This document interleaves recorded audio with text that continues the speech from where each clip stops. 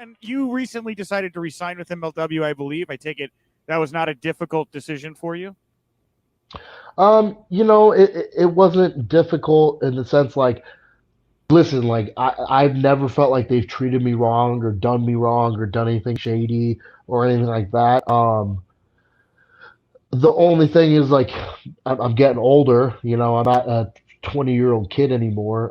So I'm starting to realize that my years in wrestling are numbered. So we just had to make sure it was an agreement that financially got me to where I was happy and able to facilitate the things in my life that I need. Not being like a young kid anymore. Yeah. So we were able to come to an agreement that I think we're both happy with. I'm excited to see what happens the next couple of years. Yeah, man. And you say you don't know how many years you have left. Like, do you have an age or a date or an accomplishment in mind that would coincide with you maybe deciding to step aside, or no? It's funny. I was just talking to somebody about this the other day, and I was saying like, oh, when I'm like 40, I'm gonna be done. But then I'm like, you know what? I remember when I first started and thinking like at 35 I'd be done, and now I'm 31, and 35 is right around the corner, and it's like, no, no, I'm not done yet.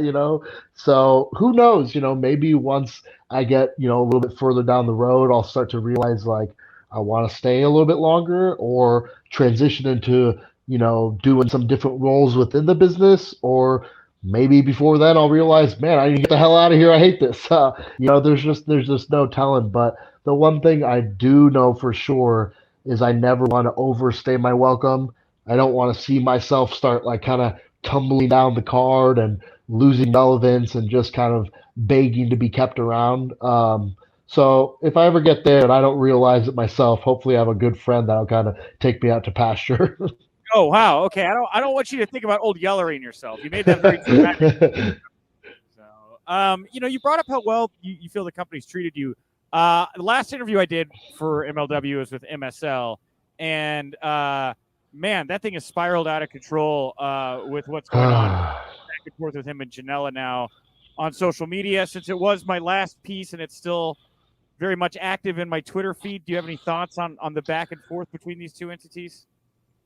I mean, listen, like I'm not gonna speak for MSL, and I'm not gonna speak to Janela specifically. But like anyone who's out there talking about these like details that they know, it's very difficult for me because I'm watching flat out lies just being told. And what the hard part is now the pro wrestling, even the pro wrestling fans who liked MLW see that and go, oh man, they treat their talent bad. I don't want to support them. And Yeah. then the fans that maybe weren't familiar with us or didn't like us or were a fan of the people saying these things, it just solidifies their reasoning not to watch the show. Right. And it's based on these falsities. Like the thing is, I just bought a new car.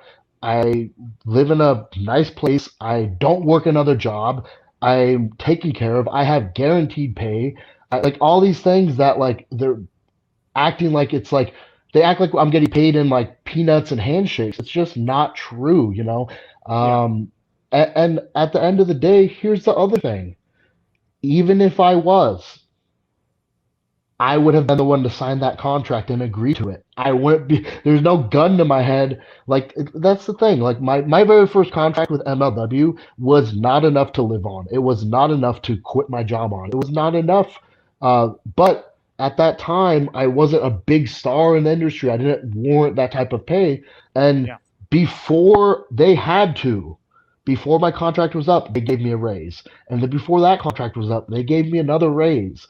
Like so it's like if they might sign these entry level guys who are kind of like prospects in the industry, Yeah. not not made stars, prospects, and they give them a fair deal and they say, hey, if you prove you're worth more, you're gonna get more. If you don't, we're gonna let you go.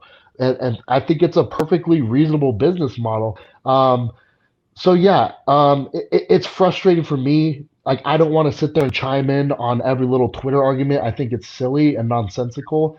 But at the end of the day, like if you think guys like me, like Fatu, like Davey Richards, like Richard Holiday, Homicide, if you think guys like us are getting paid in popcorn handshakes, like use some common sense. Like we've been taken care of, we're compensated well, and at the end of the day, no matter what the dollar figure is, it's a deal that we agreed to.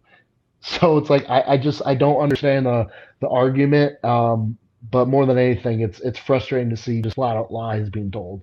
Yeah, they had a lot of mudslinging this week. It's unfortunate. I agree with you. It just kind of makes everything. It's like when you lay down with pigs, you wake up in mud, right? So like nobody's clean on the other side of something like that. Exactly. I really wish. I understand MSL. He's like it's like when you're saying something that's not true, you want to stand up for the truth.